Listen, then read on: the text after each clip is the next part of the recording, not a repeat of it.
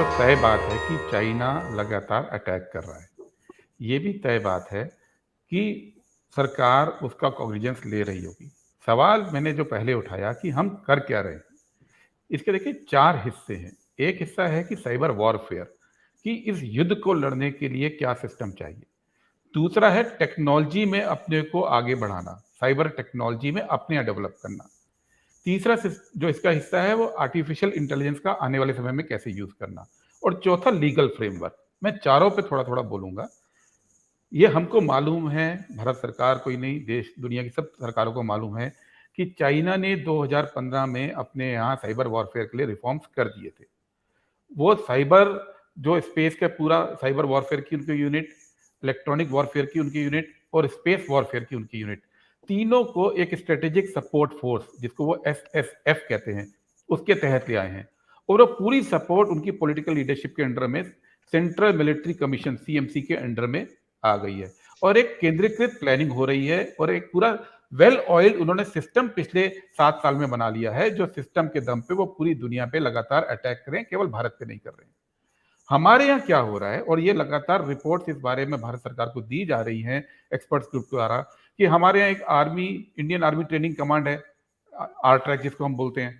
हमारे यहाँ defence intelligence agency है, हमारे यहाँ सर्ट है, हमारे यहाँ डिफेंस इंफॉर्मेशन एश्योरेंस रिसर्च है, हमारे यहाँ नेशनल टेक्निकल रिकॉनेसांस ऑर्गेनाइजेशन है, NTRO जिसको बोलते हैं। तो हमारे यहाँ 5 बड़े सिस्टम्स हैं जिनमें आपस में कोऑर्डिनेशन अभी तक नहीं कर पा रहे हैं। चाइना ने 15 में रिफॉर्म कर दिया, 15 से 22 तक हमारी एक ही सरकार है। वो रिफॉर्म्स के बारे में ना तो अभी तक सरकार के अंदर कोई प्रक्रिया शुरू हुई है, ना कोई पेपर प्रोड्यूस हुआ है, ना उस डायरेक्शन में काम हुआ है। इसलिए हम इस साइबर वॉरफेयर की तैयारी में पिछड़ रहे हैं। दूसरी बात है तैयारी, ज्ञान। ये बात सही है कि भारत के लोग IT इंडस्ट्री में पूरी दुनिया में छाए हुए हैं, लेकिन वो सर्विस सेक्टर में छाए हुए हैं। वो इसमें नहीं, साइबर वॉरफेयर और साइबर टेक्निक में जो हमारे यहाँ पढ़ाई होनी है उसमें नहीं है।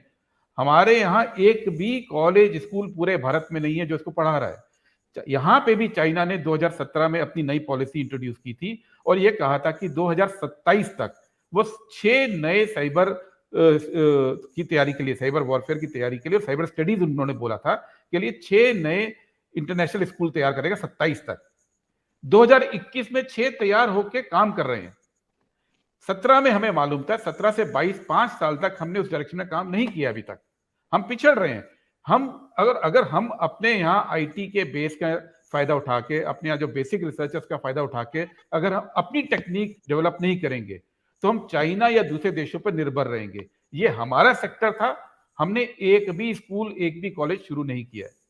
तीसरा है आर्टिफिशियल इंटेलिजेंस में चाइना यूज कर रहा है साइबर वॉरफेयर के लिए। आर्टिफिशियल इंटेलिजेंस का चाइना का टास्क पेपर 17 में आया, 2017 में। हमारा 2018 में आया। 2017 से लेकर अब तक चाइना पूरी दुनिया के जो टोटल पेटेंट हैं वो 2/3 पे कब्जा कर लिया। 5 लाख पेटेंट अभी तक हुए हैं, 64% चाइना के हैं, 19% अमेरिका के हैं। हम 8वें नंबर पे हैं और भारत सरकार ने पिछले दिनों प्रेस रिलीज भी दी, हमारे 5000 पेटेंट हो गए हैं पिछले 2011 से 2021 तक और हम 8वें नंबर पे हैं। अरे जब 85% ही 2 देशों पे है और आप 1% आपका पूरा शेयर है, तो आप कहां टिक रहे हैं। और 18 चाइना ने तो 17 से लेकर अब तक पूरी दुनिया पे कब्जा कर लिए AI के टेक्नोलॉजीज पे। हम अभी तक केवल टास्क रिपोर्ट की सेकंड टास्क रिपोर्ट ही ला पाए हैं पिछले दिसंबर के अंदर। हम अभी तक उसको रोल आउट नहीं कर पाए हैं। चौथी बात जो लीगल फ्रेमवर्क है, लीगल फ्रेमवर्क के अंदर डेटा सिक्योरिटी की बात है, प्राइवेसी की बात है। क्योंकि जब आप कंपनीज को लगाएंगे, जब आप प्राइवेट, क्योंकि सरकार इसको अकेले नहीं कर सकती, जब आप प्राइवेट कंपनीज को साथ मिलेंगे, जब आप उनकी मदद लेंगे, तो आपके पास डेटा सिक्योरिटी एक्ट ही नहीं है।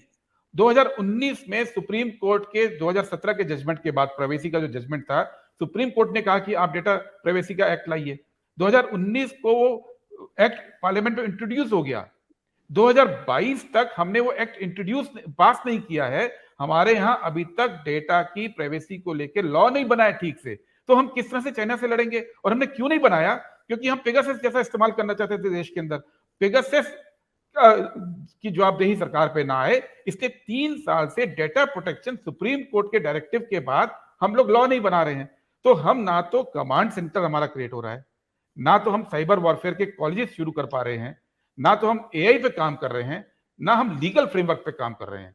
तो जब हम इन 4 पे नहीं करेंगे, तो हम चाइना का मुकाबला करेंगे कैसे? चाइना क्या कर रहा है वो तो हमको मालूम है। चाइना की रिपोर्ट्स पब्लिक डोमेन में है, उनके पेपर्स पब्लिक डोमेन में है। हमारे कहाँ पे हैं? हम क्या कर रहे बिल्कुल। हैं? ये सवाल पे Yes, I'll चर्चा come to you, Mr.